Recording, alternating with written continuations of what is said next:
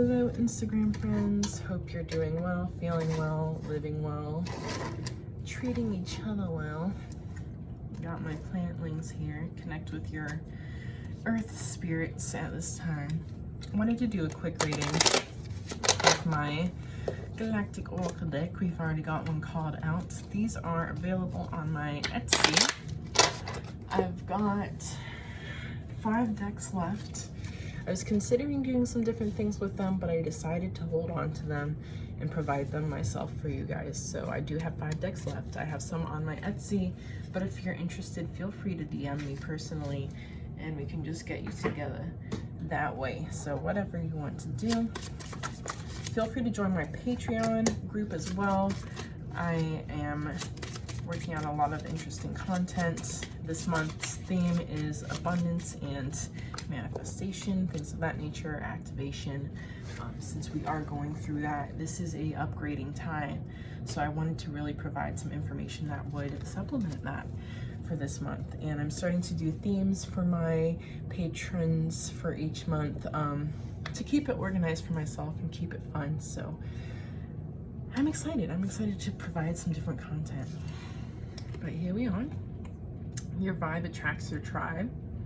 Paying attention to your energy this month, paying attention to the people that you need to cut off possibly, and the people that you maybe need to bring closer, the people that you should be supporting wholeheartedly, and you know, the people that you might need to distance yourself from a bit. Really paying attention to your energy and checking yourself on your energy as necessary. And you might even be checked as you pay attention to the people that you are around most often and the situations you're presented with when you are with them, the ways they think, how open to different things they may or may not be. So paying attention to all those things, all very, very important. Organize, clear your energy, cleanse your aura, align your chakras. A very important time to get in tune with yourself, to know where your energy is at, so that when you're presented with these different emotions and things that are going to be coming up, and doing the self-love practices as well, but when you're presented with these different things that are going to be coming up and surfacing for you, I feel like it's really important to have your alignment together, just simply because we don't want to act out of emotions or act, you know, make unhealthy reactions out of our emotions, I guess you could say. So maybe taking things out on people, or, you know, starting a conversation that, you know, doesn't even need to be started in the first place. But definitely aligning your chakras and your energy as well, so that you can step into these situations that are asking for your full attention and asking for justice right now, so that you're able to give your full energy in the most balanced and aligned way, but also so that you're following your intuition and your spirit, because I feel as though the ancestors are speaking loudly right now. They are telling you exactly what needs to happen.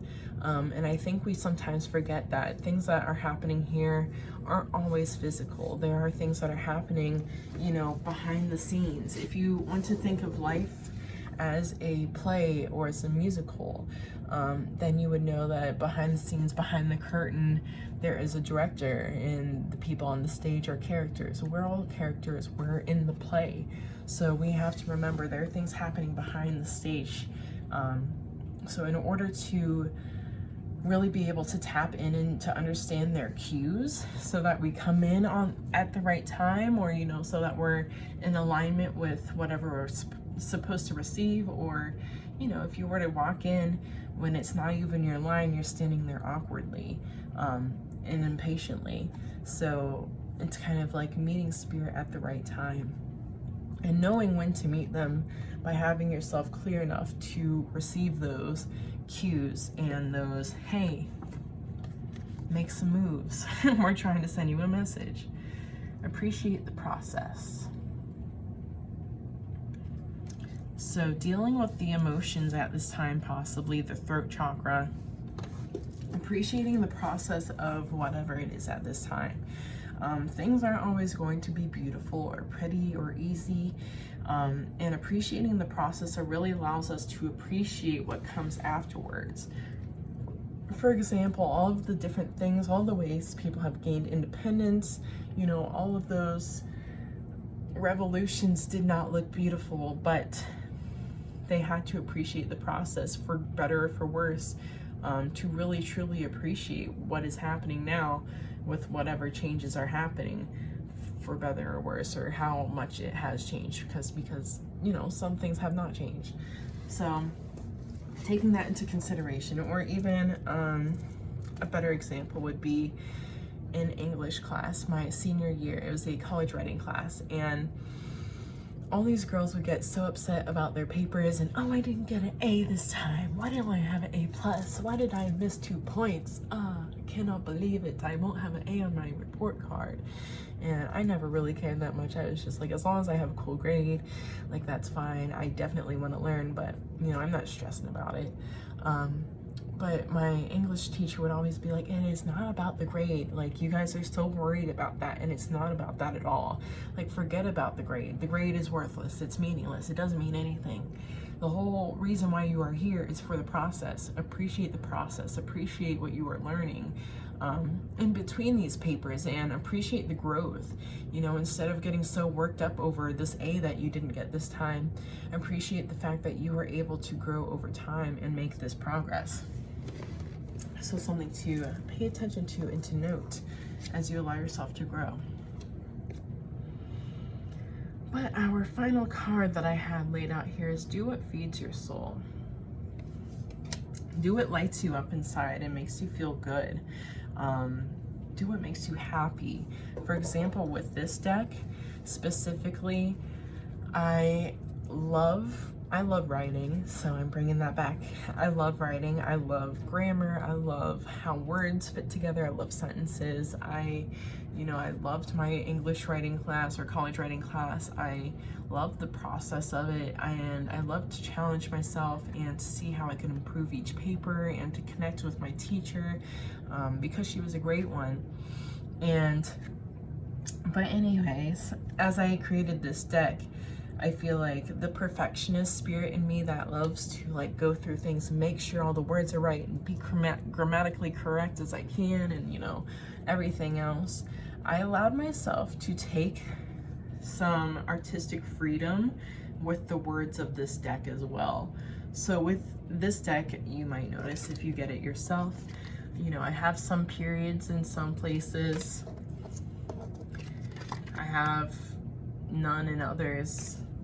I have some dashes in some places. I have some, you know, words capitalized and others not. I have the first letter of each word capitalized, even though it's not supposed to be, and somewhere it's not. But it all kind of has its own meaning and its own coding. And I think that's also why I love English, because it all kind of has, it can have its own coding, even numerologically. I cannot even say the word right now, but even there, it can have its own meaning. So whereas I'm usually a super perfectionist, go over things, send it out, make sure it's okay, have someone else proofread it, all right, cool, everything's good. You know, I allowed myself the artistic freedom to do something different, to think outside the box, to allow my words to be an art form of their own, however I allowed and saw that to, you know, come into fruition for me.